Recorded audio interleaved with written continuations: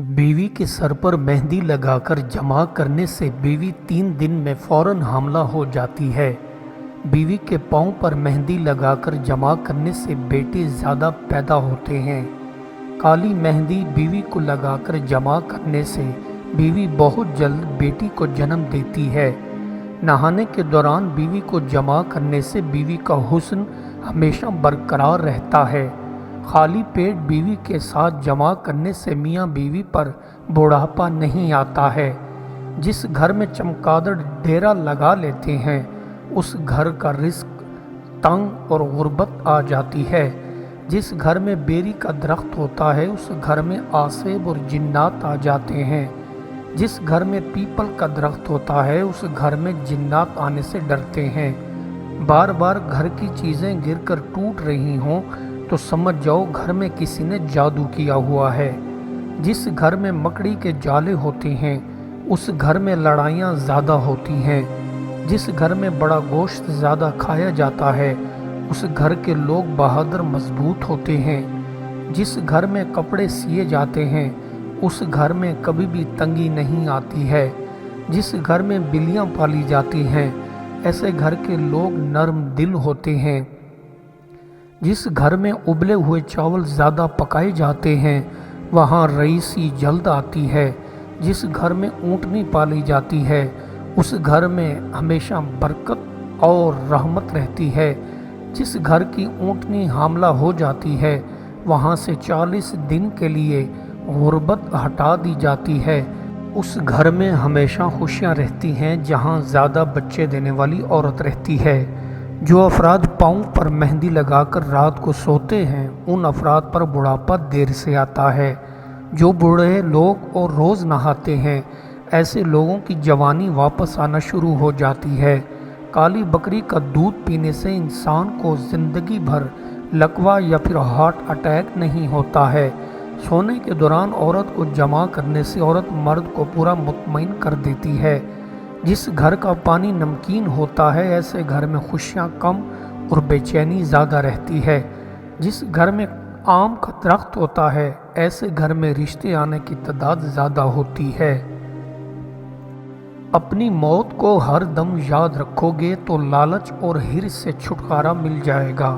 تنگی اور تکلیف میں وویلا نہ کرو، یہ ایک آزمائش ہوتی ہے، اس میں کامیابی صبر کرنے سے ہی ملتی ہے۔ جو شخص عشق کے اندر زندگی پائے اس کے لیے بندگی کے سوا ہر چیز کفر ہے۔ ایاز کا ہمارے عشق میں سونے چاندی کا شوق رکھنا کفران عشق ہے۔ بہترین صبر وہ ہے جو طبیعت پر جبر کر کے تکلف سے حاصل کیا جائے، اور بدترین برائی تکبر ہے۔ لوگوں میں زیادہ بہادر اور دلیر وہ جو زیادہ سخی، اور ان میں زیادہ عقل مند وہ ہے جو زیادہ حیا دار ہو۔ آزمائش جتنی سخت ہوگی اتنا ہی بڑا انعام ملے گا، اور اللہ تعالیٰ جب کسی گروہ سے محبت کرتا ہے تو ان کو مزید نکھارنے اور صاف کرنے کے لیے آزمائشوں میں ڈالتا ہے۔ معرفت کے درخت کو فکر کا پانی دیتے ہیں اور غفلت کے درخت کو جہل کا پانی۔ توبہ جہل کے درخت کو ندامت کا پانی دیتے ہیں، محبت کے درخت کو موافقت کا پانی۔ جس نے فاقہ اختیار نہیں کیا وہ اللہ کی محبت کا حقدار نہیں ہو سکتا۔ جس کے افعال میں توحید اور اخلاق نہیں وہ دنیا کا سب سے ناکام اور نااہل بندہ ہے۔ جینا چاہتے ہو تو پرندوں سے سیکھو، کیونکہ جب وہ بولتے اور چہکتے ہیں انہیں کوئی پرواہ ہی نہیں ہوتی کہ ان کا شور مچانا کس کو ناراض کرتا ہے اور کس کو خوش۔ کسی کی ذلت گاہی اور آئی ہوئی مصیبت پر خوش مت ہو، اور اپنے آنے والے کل سے باخبر رہو تاکہ اس سے بھی زیادہ ذلت و خواری میں مبتلا نہ ہو جاؤ۔ اے بندے، موت پر، اپنے عمل پر اور موت کے بعد کی حالت پر ہمیشہ تیرا دھیان رہے، تاکہ جب اس کا پیام پہنچے تو تیرا سب کچھ پہلے سے ٹھیک ٹھاک ہو۔ بے شک خدا کی معرفت ہر وحشت میں سبب انس ہے، اور ہر تنہائی کا ساتھی ہے، اور ہر تاریکی کا نور ہے، اور ہر کمزور کی طاقت ہے، اور ہر بیماری کی شفا ہے۔ نیکی کرنے کے لیے سوچ بچار مت کرو، نیکی کا جب بھی موقع ملے اس کو اسی وقت کرو۔ شیطانی وسوسوں سے نجات چاہتے ہو تو اپنے آپ کو اللہ کے ذکر میں محو کر لو۔ اے بندے، اپنے دل کو خود سے الگ نہ کر، چاہے وہ کتنے ہی غموں اور دکھوں سے بھرا ہوا ہو۔ خدا اپنے خزانے ٹوٹے ہوئے دلوں میں رکھتا ہے۔ جہاں غیرت اٹھ جائے وہاں چار دیواری بھی پردہ داری سے معذور ہو جاتی ہے۔ غیر مخلص شخص کی جھوٹی آہ بھی عورت کو دیوانہ بنا دیتی ہے۔ آپ کی اہلیت آپ کی قدر و قیمت کی پیمائش ہرگز نہیں ہے، بلکہ وہ اصول ہیں جن کی آپ پیروی کرتے ہیں، اور وہ آپ کو معاشرے کے لیے قیمتی اور کارآمد بناتے ہیں۔ اگر تجھے عقل کی ضرورت ہے تو خواہشات نفس کو چھوڑ کر، کیونکہ خواہشات نفس آنکھ و کان وغیرہ پر قبضہ کر لیتی ہے اور ان کو حقیقت سے روک دیتی ہے۔ سب سے پہلا شخص جس نے خدائی انوار کے مقابلہ میں قیاس کیا شیطان تھا۔ اس نے کہا آگ مٹی سے یقیناً بہتر ہے۔ اللہ تعالیٰ نے فرمایا نسبت کچھ بھی نہیں۔ مصیبت پر صبر کرنے سے تکلیف کم ہو جاتی ہے اور ثواب میں زیادہ حاصل ہوتا ہے۔ بردبار وہی شخص تو ہے جس کو لوگ ایذا اور تکلیف دیں تو صبر کرے، اور اگر ظلم کریں تو وہ ان کو معاف کر دے۔ اے انسان، حق کے لیے مصائب کے طوفان میں کود پڑ، مکروہات کی برداشت کا عادی بن جا، کیونکہ برداشت کی قوت بہترین قوت ہے۔ اپنی طرف سے وسوسہ دل میں لانا بھی ایک جنت ہے جس میں ہم عالم کہتے ہیں۔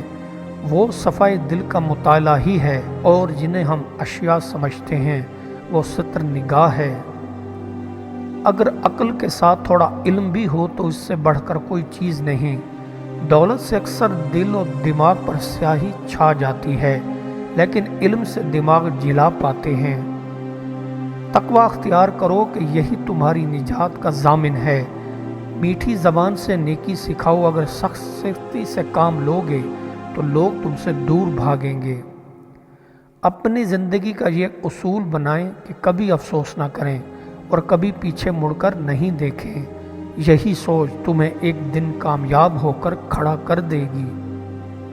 پست ہمت نامرادی کی حد پر پہنچ کر اپنے اعضاء اور دماغ کو معطل کر بیٹھتے ہیں، مگر عالی ہمت خدا کی بخشی ہوئی طاقتوں سے کام لیتے ہیں۔ برداشت ایک عقل مند آدمی کا وہ صبر ہوتا ہے جس کا مظاہرہ وہ ایک بے وقوف اور جاہل کی باتیں سنتے ہوئے کرتا ہے۔ صبر کا دشمن لالچ کے سوا اور کوئی نہیں۔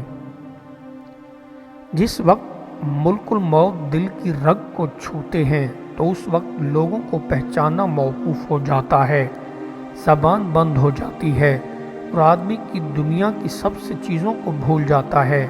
اگر اس وقت آدمی پر موت کا نشہ سوار نہ ہو تو تکلیف کی شدت سے پاس والوں پر تلوار چلانے لگے۔ یہ وظیفہ پڑھ کر جس عورت سے اس کا حال چال پوچھو گے وہی تم پر عاشق ہو جائے گی۔ اے نیک مرد، تیرا خواب بیداری ہے۔ اے پیٹ بھری روح، تیرا خواب بیداری ہے۔ بڑائی اور بہادری اور ہنر سے باز آ، خدمت اور اچھا اخلاق کام آتا ہے۔ کارخانہ یعنی عدم میں آ جا تاکہ تو کام اور کاریگر کا اکٹھا دیکھے۔